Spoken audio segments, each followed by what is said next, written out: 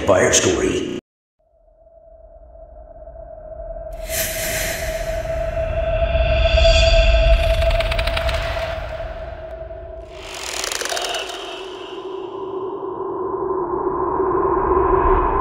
The test of the 7 kings is what is considered to be after we die, a destiny in which, however, you have developed in life.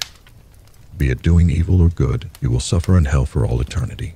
When you die, your soul is destined to become an entity which is going to take on a new life, so to speak. If we were to put ourselves in the place of the events, in the hypothetical place in which our life would end as we know it, without having a minimum memory of what has happened to us, we would begin to walk down a very long and illuminated corridor. A corridor that extends so much. That time would pass, and it never seemed that we were going to get anywhere. The moment you least realize it, you will be in a strange and empty place, where you will hear a deep and penetrating voice asking you where you choose to go.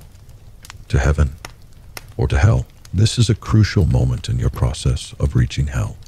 If you choose to go to hell, you will be sent directly to hell by sinking to the ground and plunging into the depths of an icy lake with hands coming out from all directions, gripping you tightly and pulling your flesh to try to detach it.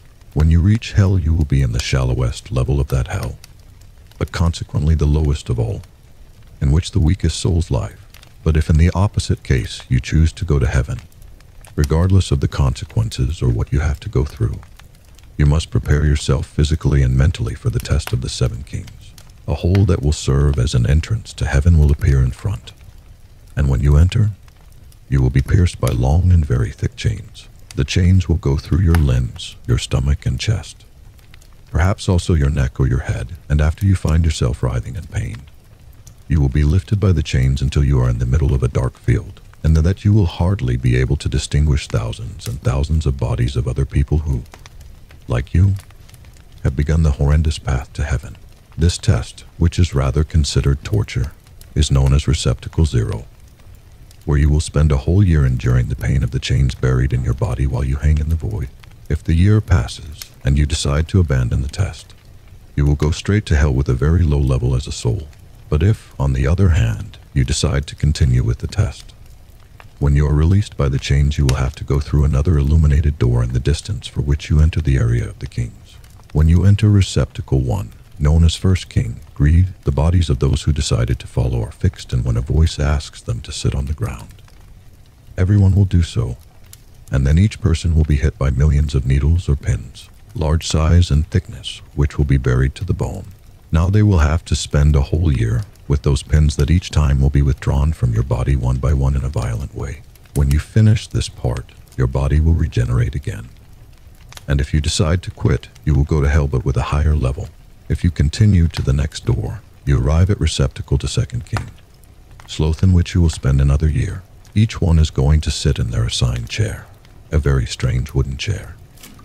And when you least realize it, the chair will tie your limbs so that you don't let go, and then it will start to twist in bizarre ways, so that you, being captured in that chair, are also going to twist. Your bones are going to break, dislocate, and bend relentlessly and without relief for as long as you have to spend there. When you have endured the full year, you will again have the option to withdraw or continue in the test.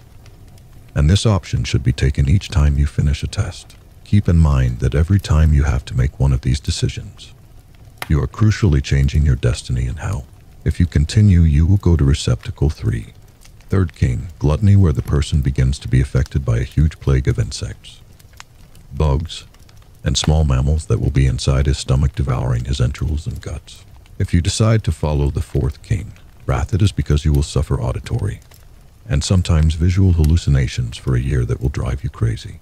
By the time you enter the Fifth King, Envy, if you have decided not to give up, your body will go up in flames.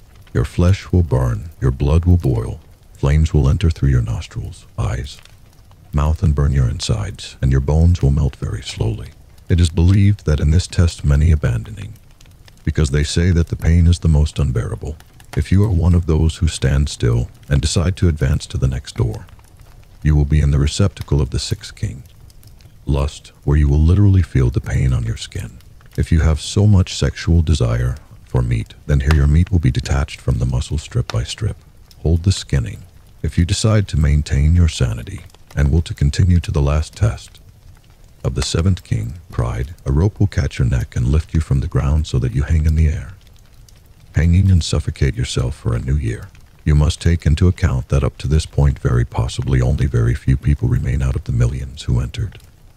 And also all have lost every drop of sin from their souls. The pain will no longer be the same.